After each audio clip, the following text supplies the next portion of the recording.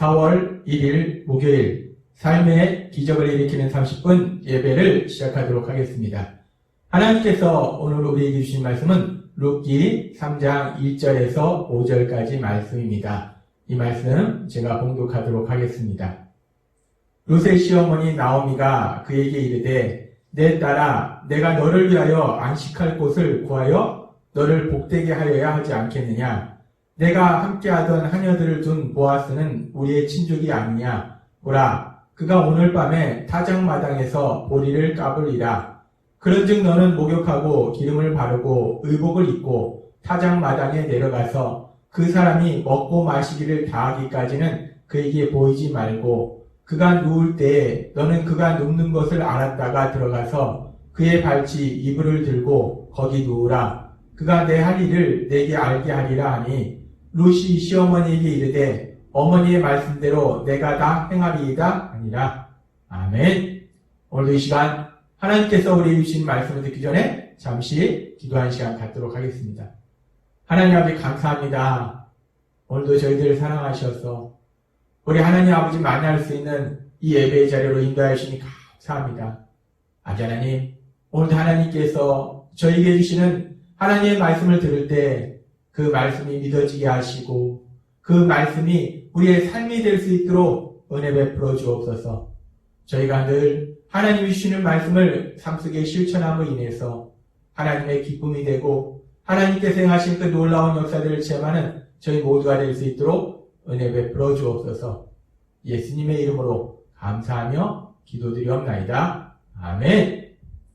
하나님께서 오늘 우리에게 주신 룻기 3장 1절에서 5절 말씀은 이제 시어머니 나오미와 이 며느리 룻이 대화하는 장면입니다. 이 대화하는 장면에서 보면은 이 시어머니 나오미가 며느리 룻에게 이렇게 말합니다. 룻기 3장 1절 말씀.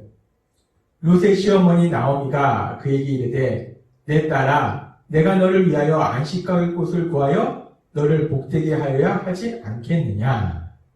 지금 시어머니가 며느리에게 이야기합니다. 내가 너를 위하여 안식할 곳을 구해서 너를 복되게, 너가 행복하게 살도록 내가 도와줘야 되지 않겠느냐라고 이 시어머니가 이야기합니다. 이 안식할 곳이라는 것이 무엇인가? 안식할 곳이라는 것은 평안한 삶을 살 수 있는 거예요. 안정된 삶을 살 수 있는 것입니다.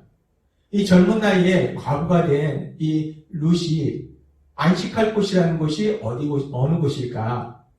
지금도 마찬가지지만 그 고대 사회에 남편을 잃고 젊은 여인이 혼자 사는 것은 너무나 힘들고 어려운 일입니다. 따라서 이 안식할 곳이라는 것은 새로운 남편을 만나서 가정을 이루는 것. 그것이 바로 안식할 곳입니다.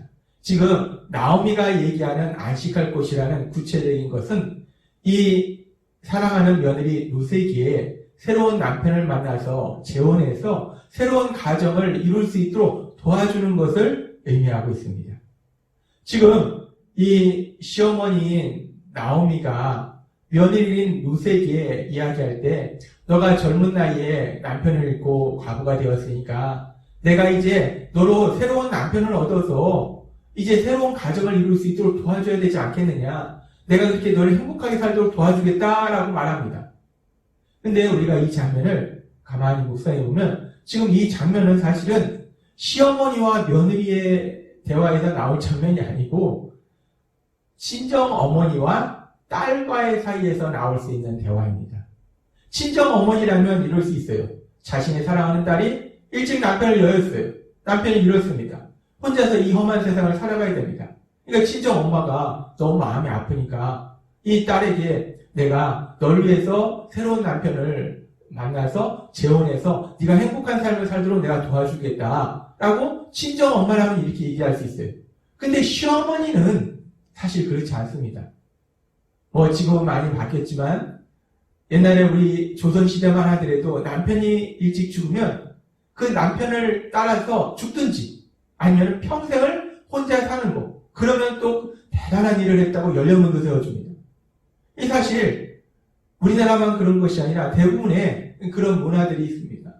그렇게 남편이 일찍 세상을 떠나면 그 남편을 그리면서 평생을 사는 거.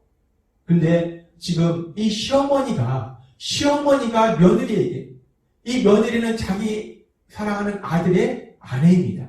자기 아들이 죽었어요. 그래서 며느리가 혼자 됐어요. 근데 그 며느리에게 다른 남자와 결혼하도록 내가 도와주겠다라고 말한다는 것은 정말 쉽지 않은 일입니다.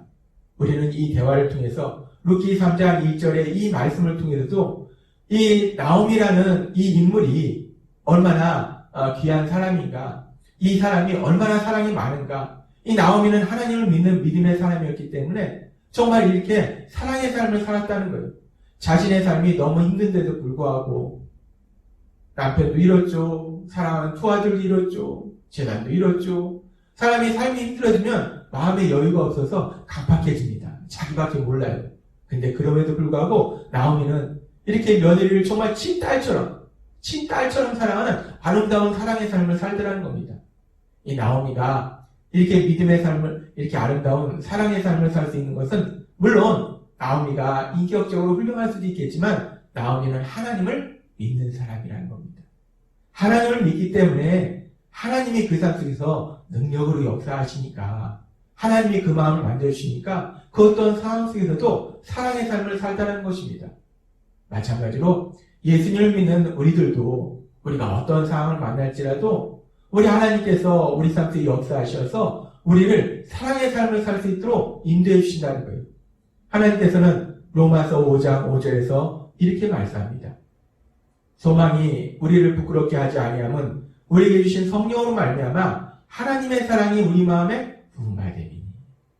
우리 안에 계신 성령님이 계속해서 우리 안에 그 하나님의 더 올라오신 사랑을 부어주시면 우리가 그 어떤 일을 만날지라도 우리 안에 사랑이 차고 넘침으로 인해서 정말 우리도 이렇게 나오미처럼 사람들을 사랑하는 아름다운 하나님의 기쁨이 되는 삶을 살 것을 믿습니다. 하나님은 능력으로 역사하셔서 그렇게 우리가 어떤 상황을 만날지라도 사랑하는 삶을 살 수 있도록 만들어 주십니다.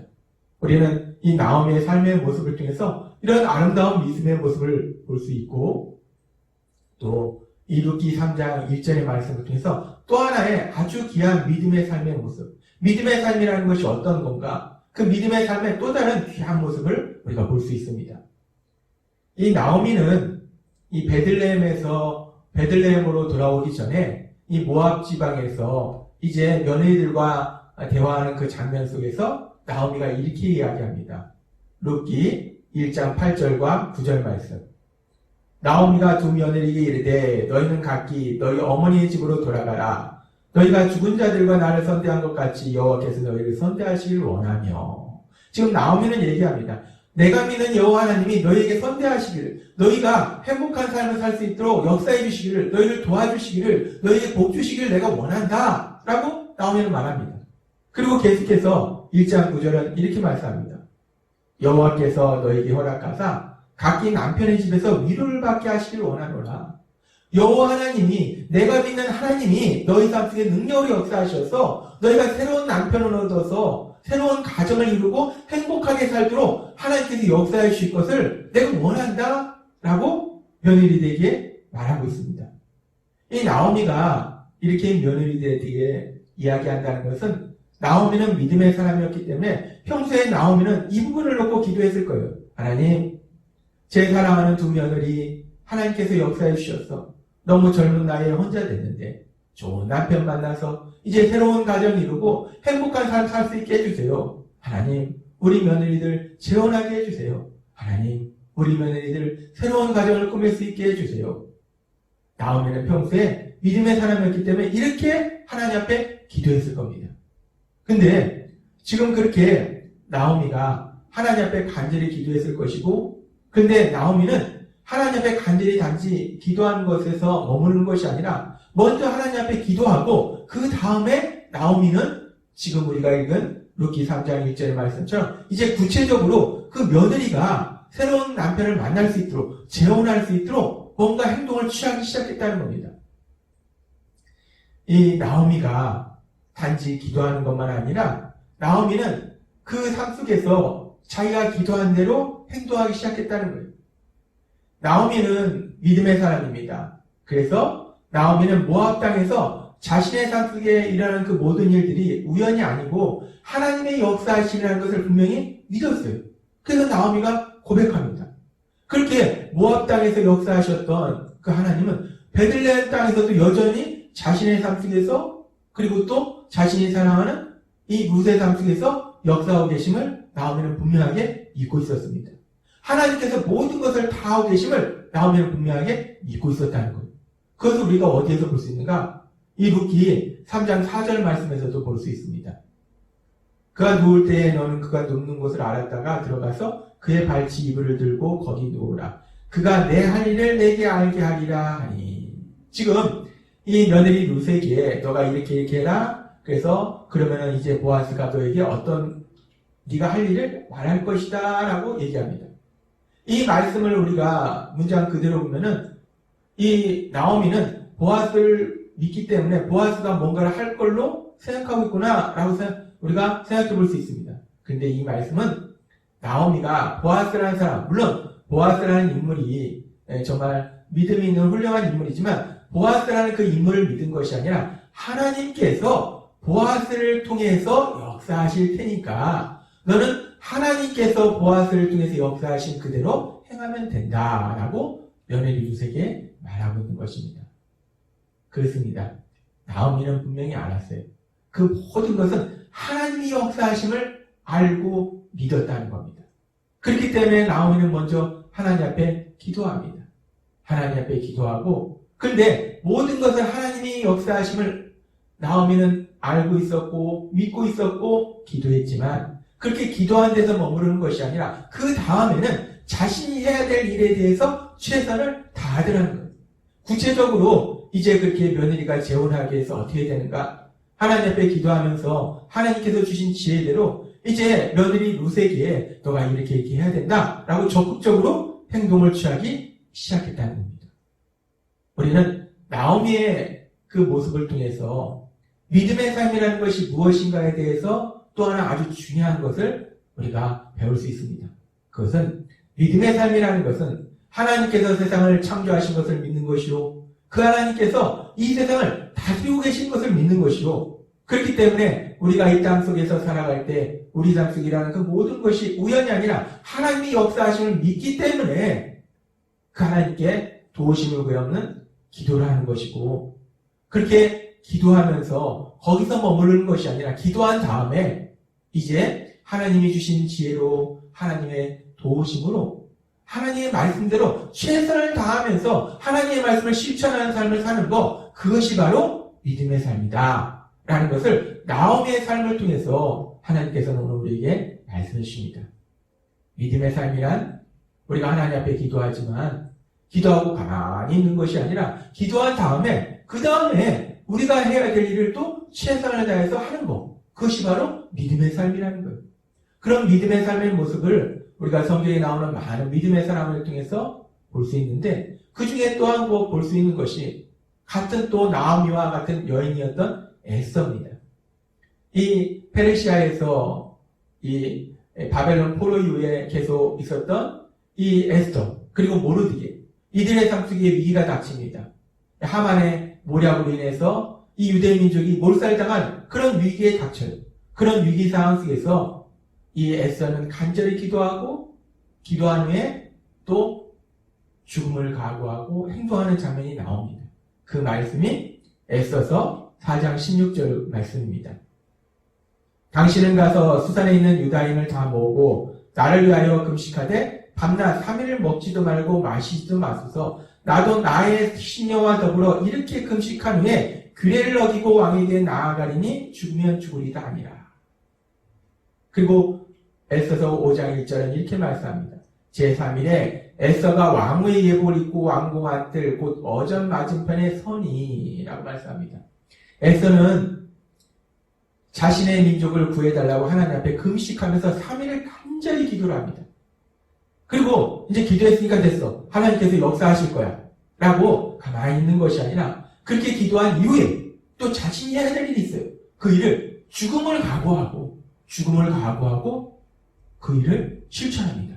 그래서 왕 앞에 자기 마음대로 나가면 잘못하면 죽을 수 있는데 왕 앞에 나아갑니다. 지금 이 에스더의 모습이나 나오미의 삶의 모습이나 비슷한 게 있다는 거예요. 그것은 무엇이냐면 믿음의 사람은 먼저 그 모든 것을 하나님께서 역사하신 믿기 때문에 하나님의 간절히 기도로 도우심을 구합니다. 그리고 하나님이 주시는 지혜를 받아요. 그리고 가만히 있는 것이 아니라 그 다음에 또 우리가 해야 될 일을 최선을 다하는 것, 그것이 바로 믿음의 사람의 모습이라는 겁니다. 하나님께서는 오늘 우리에게 말씀하십니다. 믿음의 삶이 무엇인가? 믿음의 삶이라는 것은 먼저 하나님 앞에 기도하는 것이요. 기도한 이후에는 우리가 해야 될 일을 최선을 다해서 하는 것, 그것이 바로 믿음의 삶이다 라고 말씀해 주십니다.